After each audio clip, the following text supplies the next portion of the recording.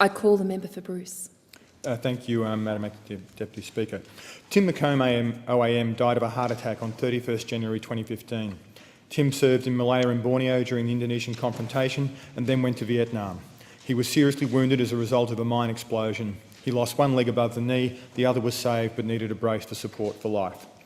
Tim spent some 12 months in hospital and a year and a half in rehabilitation.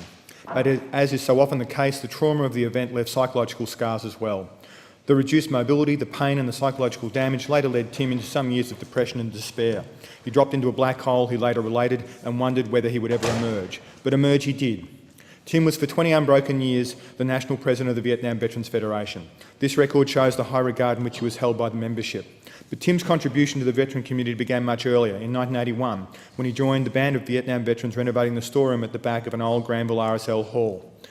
There he joined the newly formed Vietnam Veterans Association, counselling sick and troubled veterans, campaigning for the establishment of counselling centres and seeking recognition of the harmfulness of exposure to Agent Orange.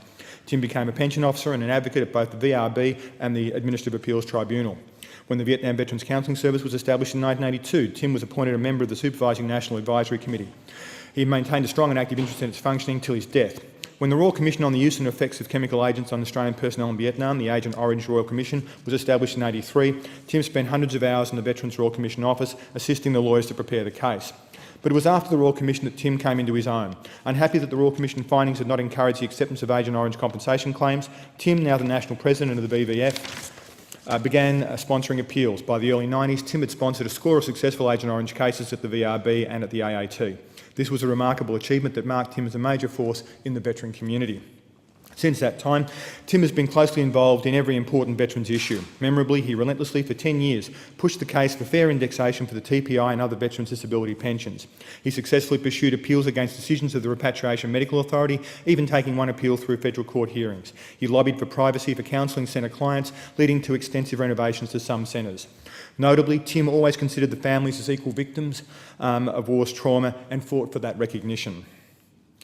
The list of Tim's campaigns, many successful and some still ongoing, is a long one, too long to discuss here. Suffice to say, Tim for 30 years was a tiger in his fight against what he saw as injustice and a campaigner for better treatment and benefits for veterans and their families. He explained that having been through those dark years, he became determined to help others suffering war trauma. The veteran community will miss him. I offer my condolences to his family, Tram, Craig and Stephanie. In my time as Minister for Veterans Affairs, Tim fought hard for veterans, as hard as anyone did. But he was also always a straight shooter who had integrity, and more integrity, I have to say, than many others that I've dealt with over the years.